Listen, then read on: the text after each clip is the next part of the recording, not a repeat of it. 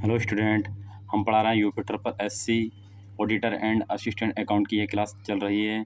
आज हमारा जो नेक्स्ट टॉपिक है वो हम खातों के प्रकार के बारे में चर्चा करेंगे। खाते कितने प्रकार के होते हैं और इन्हें किन किन वर्गों में बांटा गया और कौन से खाते में क्या क्या चीज़ आती है, इसके बारे में डिस्कशन करेंगे। तो बेसिकली खातों को दो भागों में बांटा गया है। पहला एक व्यक्तिगत खाता, दूसरा है अव्यक्तिगत खाता। ठीक है नहीं, दो प्रकार से इनको बांटा गया है। तो पहले हम व्यक्तिगत खाते को देख लेते हैं। जो व्यक्तिगत जो खाता है आपका, जो आपका पर्सनल अकाउंट है, व्यक्तिगत खाता मतलब पर्सनल अकाउंट। इस पर्सनल अकाउंट को हमने तीन भागों में बांटा है।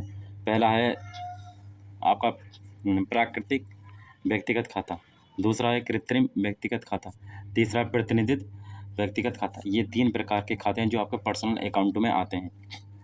प्राकृतिक व्यक्तिगत खाता मुझसे कहते हैं जिसमें आपका राम, श्याम, मोहन ये सब चीज़ आते हैं, वो प्राकृतिक व्यक्तिगत खाता है। और जो कृत्रिम व्यक्तिगत खाता है, जैसे बैंक से है, कंपनी है, कोई फर्म है, कोई संस्था है, इस टाइप के जो खाते होते हैं वो कृत्रिम व्यक्तिगत खाते होते हैं।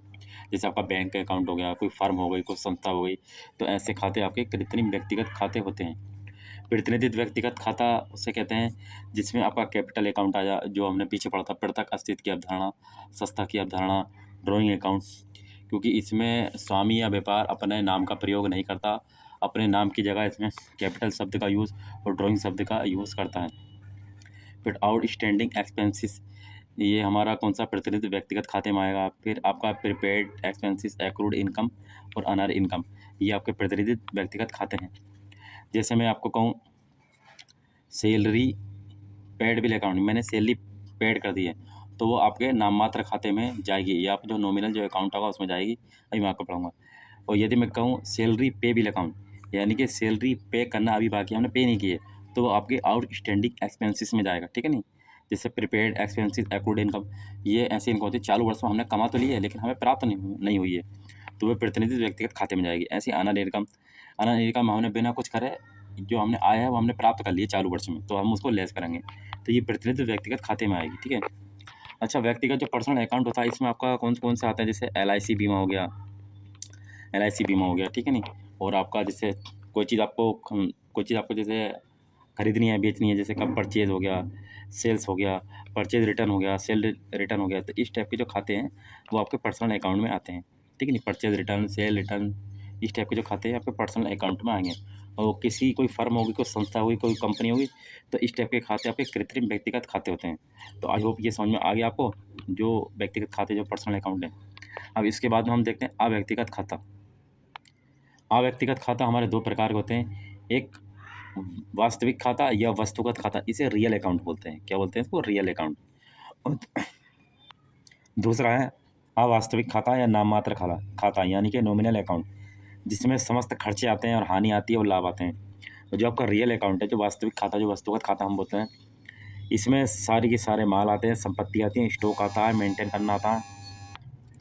तो इस वस्तुगत खाते में जो है आपका, जैसे भवन हो गई, मशीन हो गई, आपकी मूर्त संपत्ति ये सब आएंगी।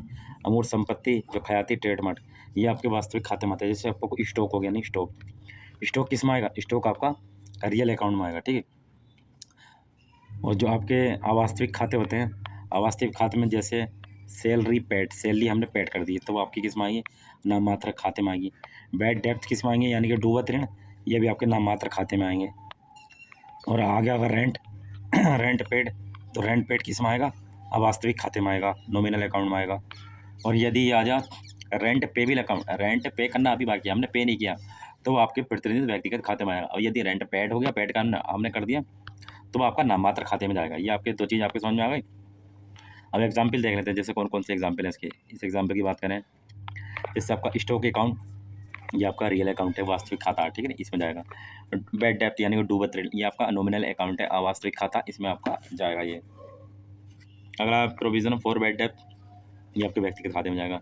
डेप्रिसिएशन, मूल्यह्रास, ये आपका अवास्तविक खाते में जाएगा। ठीक है, nominal account. Provision for depreciation account, real account है ये। सैलरी अकाउंट, ये आपका नॉमिनल अकाउंट है, सैलरी जाएगी। अगर सैलरी अगर आता पे बिल, सैलरी अभी पे नहीं की है, तो वो आपका प्रतिनिधित्व व्यक्तिगत खाते में जाएगा। जैसे अगर है आपका सैलरी पेड अकाउंट, सैलरी हमने पेड कर दी है, तो वो आपका नॉमिनल अकाउंट हो गया। और सैलरी पे बिल अकाउंट, सैलरी हमने पे नहीं की है, सैलरी हमने पे नहीं की है, तो वो आपका व्यक्तिगत खाता या प्रतिनिधित्व व्यक्तिगत खाता होता हमारा। सस्पेंस अकाउंट, इसको हम बोलते हैं उच्चंती खाता, क्या बोलते हैं उसको, उच्चयंती खाता, सस्पेंस अकाउंट, उच्चयंती खाता। इसका कोई नेचर नहीं होता, काल्पनिक खाता होता है ये।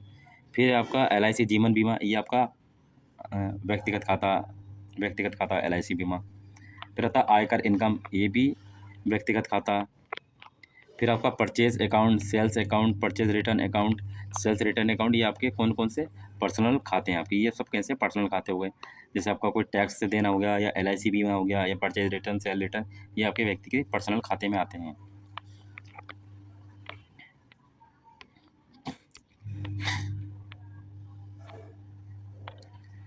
अब हम देख लेते हैं परंपरागत लेखांकन प्रणाली के गोल्डन रूल के बारे में। गोल्डन रूल क्या कहता है?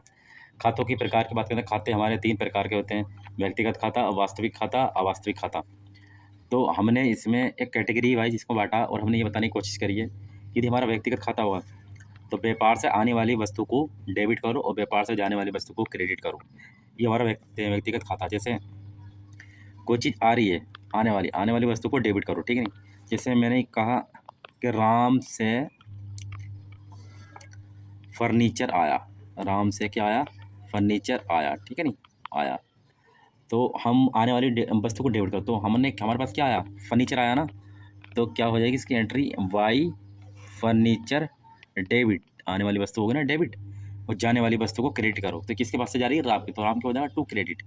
तो ये हमारा है, जो डेबिट का मतलब होता है जो चीज़ आती है हमारे पास उसको डेबिट बोलते हैं, और जो चीज़ जाती है उसको बोलते हैं क्रेडिट। रियल अकाउंट में आने वाली वस्तु को व्यापार में क्या करेंगे? डेबिट करेंगे, और जो जाने वाली वस्तु को क्या करेंगे? क्रेडिट करेंगे। नॉमिनल अकाउंट में समस्त खर्चे और हानि हैं जितनी, वो हमें डेबिट करेंगे, ठीक है नहीं। और जितने भी आपके आय हैं, लाभ हैं, उनको हम क्या करेंगे? क्रेडिट करेंगे, ठीक।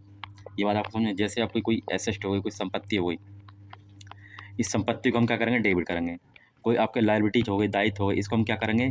क्रेडिट करेंगे। क्या करेंगे? हम उसको क्रेडिट करेंगे। यदि हमारा कैपिटल अकाउंट हो गया, जो पूंजीगत खाता है, तो उसको हम क्या करेंगे? क्रेडिट करेंगे। और आपकी जितनी भी हानि है, खर्चे हैं, उनको डेबिट करेंगे, और जितने भी लाभ हैं, आय है, उनको हम क्या करेंगे? क्रेडिट करेंगे, ठीक। समझ में आया? चलिए मैं आपको और दिखाता हूँ इसके बारे में। लेखांकन समीकरण के आधार पर गोल्डन रूल क्या कहता है? व्यापार की जो संपत्तियां हैं वो कैपिटल और लायबिलिटीज, यानी पूंजी और दायित्व, इनके बराबर होती हैं। इन दोनों का योग जो होगा वो डेबिट और क्रेडिट का योग क्या होता है? बराबर होता है। लेखांकन समीकरण हम ये कहता है। लेखांकन समीकरण को हम चिट्ठा समीकरण भी कहते हैं।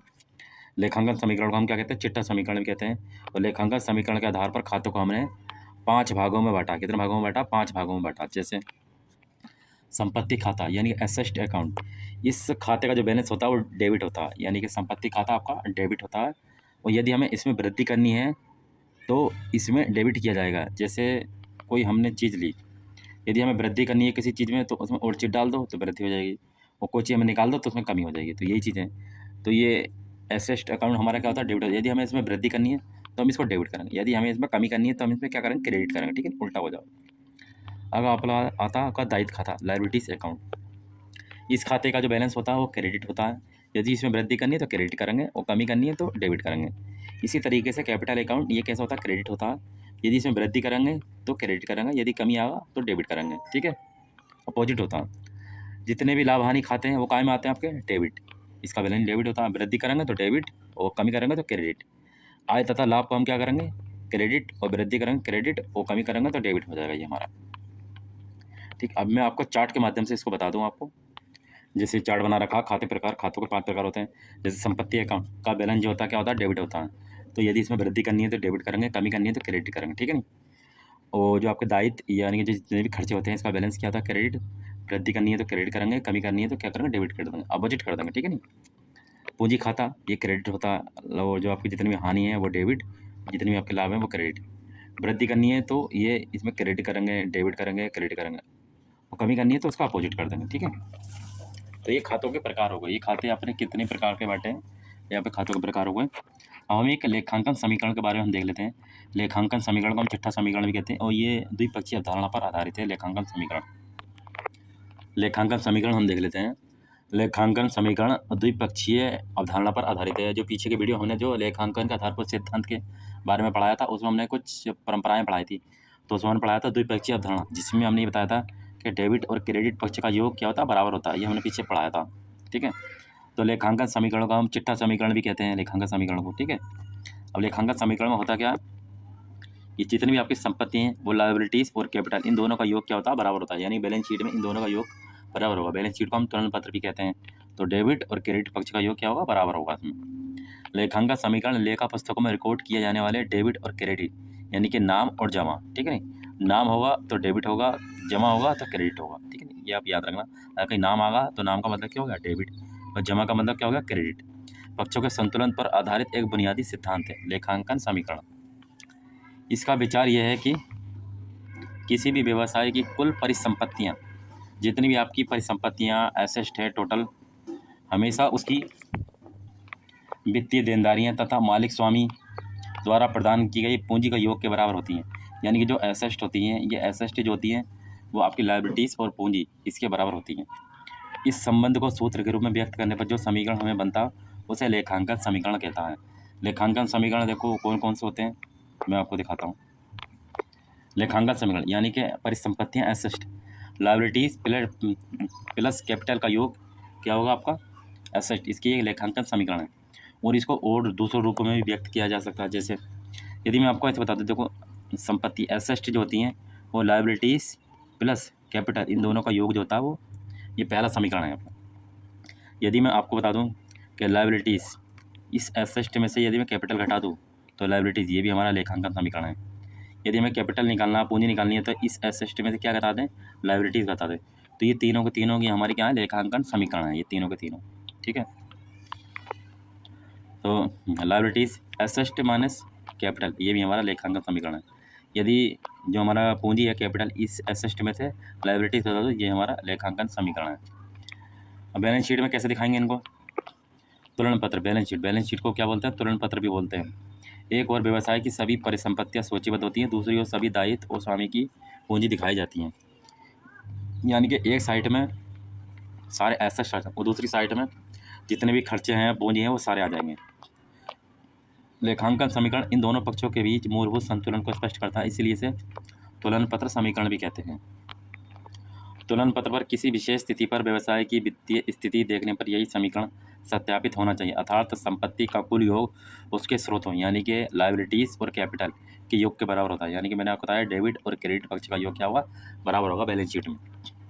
व्यवसाय चलाने के लिए जो धन उपलब्ध होता वे या तो बाहरी ऋणदाताओं द्वारा मिलता है या फिर देताएं या मालिक द्वारा पूंजी के रूप में प्रदान किया जाता है।